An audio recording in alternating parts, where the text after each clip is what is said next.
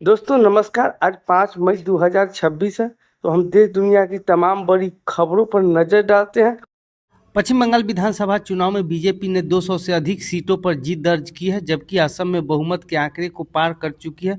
दोनों राज्य में धमाकेदार जीत के बाद दिल्ली की स्थित मुख्यालय पर जीत का जश्न मनाया जा रहा है।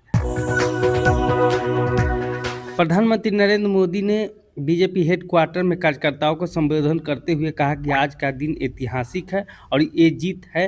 उन्होंने बीजेपी मुख्यालय में अपना संबोधन भारत माता की जय उद्घोष के साथ शुरू किया। पश्चिम बंगाल और असम में चुनावों में बीजेपी को शानदार प्रदर्शन पर प्रधानमंत्री नरेंद्र मोदी ने कहा कि आज का दिन ऐतिहासिक है और अभूतपूर्व है।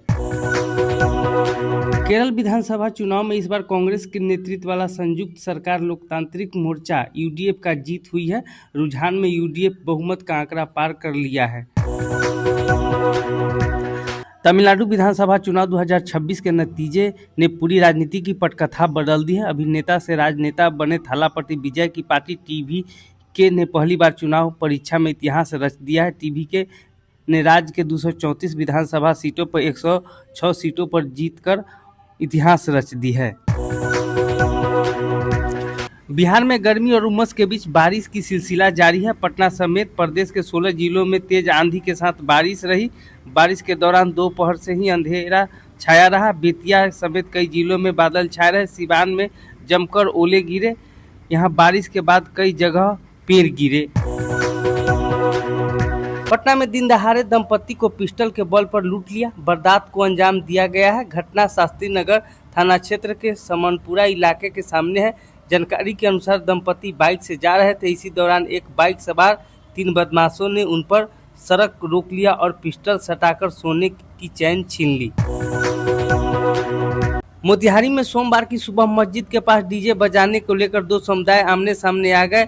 11 बजे विष्णु महायज्ञ के तहत कलश यात्रा निकाली जा रही थी। इसी दौरान डीजे में भक्ति बजने को लेकर दूसरे समुदाय भड़क गए और लाठी डंडे लेकर मौके पर लोग की भीड़ जुट गई। दोनों पक्ष में बढ़ते तनाव को देखते हुए बड़ी संख्या में पुलिस बल तैनात किया गया है। साथ ही डीएम एसपी मौके पर पहुंचकर स्थिति को शांत कराए।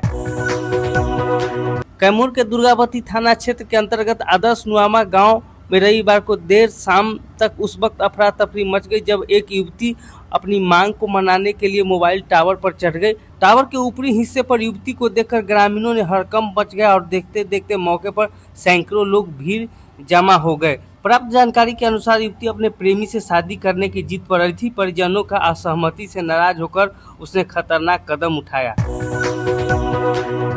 पीएम नरेंद्र मोदी ने सोमवार को दिल्ली स्थित भाजपा मुख्यालय पर कहा कि बंगाल में पहली कैबिनेट मीटिंग में आयुष्मान भारत को मंजूरी मिलेगी, घुसपैठ करने वाले को एक्शन लिया जाएगा, महिला सुरक्षा का माहौल मिलेगी, युवाओं को रोजगार मिलेगा, पलायन रुकेगा। 47 मिनट के भाषण में उन्होंने पश्चिम बंगाल और असम पुडुचेरी में सरकार बनाने पर कहा कि गंगोत्री से गंगा सागर तक कमल खिला है।